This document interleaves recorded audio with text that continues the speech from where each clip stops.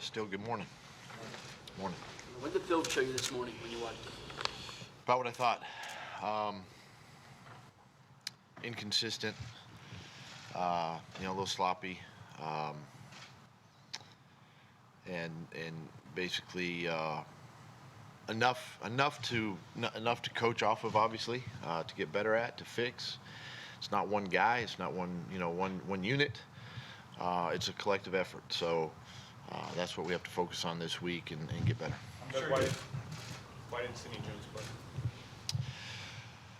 Why didn't Sidney Jones play? Well, we had Jalen Mills back this week, so it was great to see him out there. Razul on the other side, and that was a game plan going in. Yeah, well, but when Mills left, Craig James went in ahead of Sidney.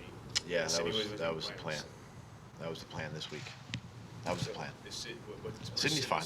Sidney's fine. He's okay. That's not fine. He's okay. He's your second-round draft pick, and he's not playing. He's good. He's fine. He's fine. I'm sure you've been on teams when they face adversity can go one of two ways, either kind of get better or worse. Are there signs that you look for from the team this week to kind of indicate which way this team will go? Yep. Great example. I was 1-5 in Kansas City in 2015, and we won 10 straight after that. So I see a lot of the same similarities, kind of where we are. We're only 3-4, and we're still a game out of first place in our division here. With a lot of football left. Obviously, sense of urgency has to pick up from the standpoint of each week becomes a little more important. But we got the guys in the locker room. I got the coaches on this staff to get it done, and that's what we're going to do. How did you guys hold it together when you were 1-5 in Kansas City? Like any similarities you can take to this situation? I think number one, it starts with me. My messaging to the team, and then the leaders of the football team. I think about back then the guys that we had in that locker room, and keeping it together, and that's the type of men we have here in this locker room that they're not going to let one game define the season or a couple games define our season. They're going to get better, learn from it, and that's what we did back then, and so we're gonna carry that over to this year. Doug, what are you seeing from the? I have some. What are you seeing from the wide receiver group overall since Deshaun went out, production-wise, effort, everything?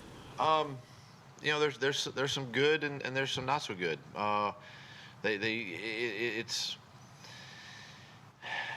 hard when your quarterback sometimes doesn't necessarily have all the time, to throw. He's having to scramble and move around, and it gets you off rhythm, gets you off schedule, so that's a part of it. We are, getting some guys open, and it's been, documented already. I mean, we've drops and different things like that this year, but it's still a group that we have a lot of confidence in, a lot of trust, a lot of faith in. We've had opportunities to complete balls down the field. We missed last night in the game, and we just got to keep working. We can't stop working. There's a lot of football left. You talk about sense of urgency, but what about the sense of accountability on this team? Players, after we're talking about how they need to kind of maybe keep each other accountable when it comes to not showing up for late for practice, putting in the effort, the energy. So how do you, as the head coach, push down that message of accountability? Yeah, I think obviously that message starts with me, and I love the fact that they're talking that way, and it shows that it means something to them, and it's important to them, and those are the little things that, you carry it over into the workplace. I mean, if an employee shows up late or is not on time for certain things, I mean, there's consequences for that, and guys are not saying that's happening, but I'm just using that as an example from the standpoint of that's a little thing, but it can magnify itself in a game, meaning you're not going to pay as much attention to your assignment or to alignments and different things, and that's kind of what's creeping in just a little bit. But it starts with me, and that's where I get to control that message and drive that point home. Why would something like that creep in when the team is having such a hard time here? I mean, I would think everybody would be super focused on doing everything they can to get out of this. Why would people be late for things? I didn't say they were. I'm just using that as an example. It can be, missing an assignment in practice. Where this game, we might be able to repeat it in practice and get the assignment right, but you don't get that second chance in a game. And so same way, it's where we all in this building with this football team, just and it's not a panic move. It's just we just got to make sure that our sense of urgency and that accountability is there. And we rely on so many people to execute one play.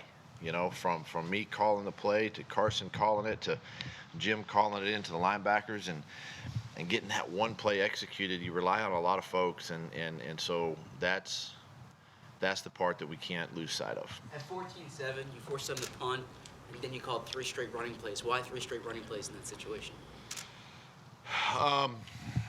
One, where we were on the field, I knew that we were having some success early in the game running the football with Jordan in there. Got to 3rd and 4. Again, felt like field position wise and the defense that we were anticipating, we got it. Miles just missed the hole, and that happens with young guys, and we had a Miles, chance. not Jordan, on that It was a play designed for Miles. I mean, it was just specifically designed for him. So that's just one of those things that we do from a game plan standpoint from time to time. At 4th and 1, did you consider going for it? Not there, no. It was too far back. Yeah. Doug, there was a report that Alshon Jeffrey was behind the anonymous quotes to ESPN. Number one, is that true? I think that was last week's news, so I'm not going to comment on that. I don't know. I don't know. Number two, the person who reported it doesn't technically work for the Eagles, but he's on the sideline with the Eagles. He flies with the Eagles. He wears a Super Bowl ring given to him by the Eagles. Are we to assume just because he reported that is something the Eagles wanted out there?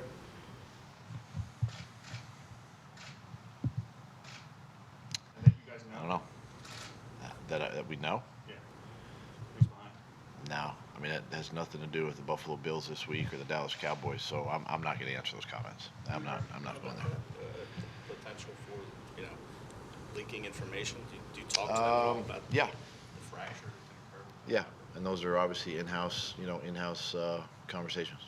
Doug, do you feel the leaders on this team are doing a good enough job leading, whether it's their position groups? I think everybody's a leader on this football team. I do rely a lot on my player committee. I address certain things with them during the week, early in the week. And can everybody do more? Sure, everybody, including myself. We can all do more, and that's what we got to do. We just got to roll up our sleeves, come to work tomorrow, and get ready for Buffalo. When you looked at the tape this morning on that deep ball to Aguilar, I think in the second half, do you think he gave maximum effort on that, trying to make that? I do.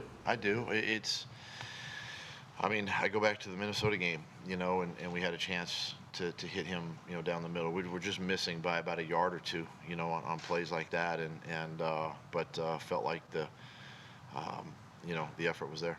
Doug, last Monday on the radio, you said the sky was falling, whatnot. Fans may feel like it is today.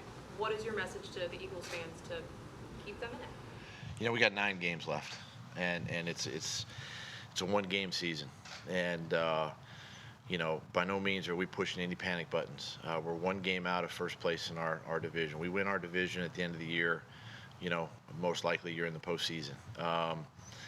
And the things that are showing up on tape are fixable. They're correctable. They're things that it could be from a young player that's new to the team that we got to continue to coach. And so from that standpoint, the sky is not falling for us. And we have the men in the locker room to get the job done. And I think where we are and kind of what we've been through this season already is going to really bring this team a lot closer. And we got a great opportunity this week. Do you expect any of the injured players who haven't been practicing to return this week? Let me see.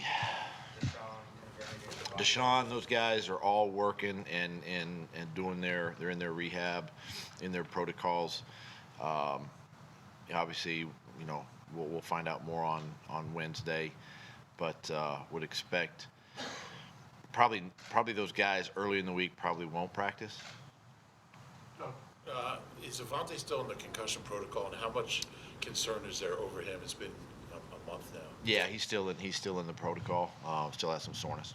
Were there any new injuries that came out of yesterday's game that are concerning? Probably the one that's the most significant is Hassan Ridgeway. He's got an ankle that caught him in the game, and he's actually being evaluated further today on that. As you watch the Cowboys offense, did you feel like they were picking on your linebackers? How? They were By going running as- the ball? Not just that. I mean, they were in more 21 personnel from previous games, and I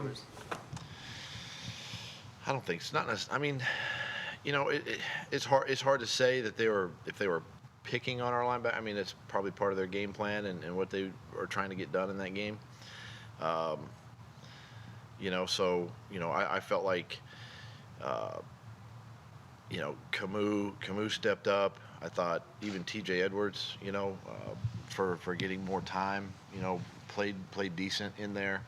And it was a new week with those guys, of getting them in there and getting them some reps. So, I just thought that really, as the game progressed, I thought Dallas's offensive line really kind of got after us a little bit, and which pushes our line into our linebackers, and it's hard to get off of those blocks. Last week you were asked about Zach Ertz and the fact that he wasn't getting targeted. He has been getting targeted early. Did you watch the film? And he said he wasn't double teamed by Dallas early on. Did you see opportunities that maybe you guys missed on him? No, I mean the plays we called obviously had him in mind on a couple of them. The ball just went to other guys. Went to Dallas early. Went to Nelly on the first play of the game. So that's just part of playing progression offense.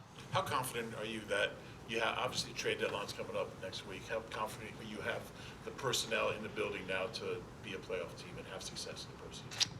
Well, I mean, if you look at yesterday's game, I would say that we got a lot of work to do.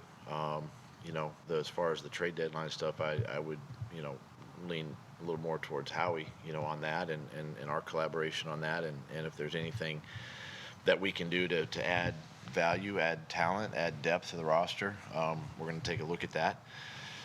We do have some things to clean up, but I do think we're talented enough to make a run here in these next 9 weeks, and great opportunity this week. as a follow-up to that, from your perspective, The same things were said about taking accountability and looking in the mirror and coming together, and then this week's game happened.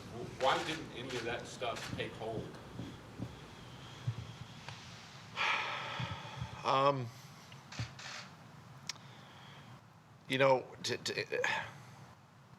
gotta.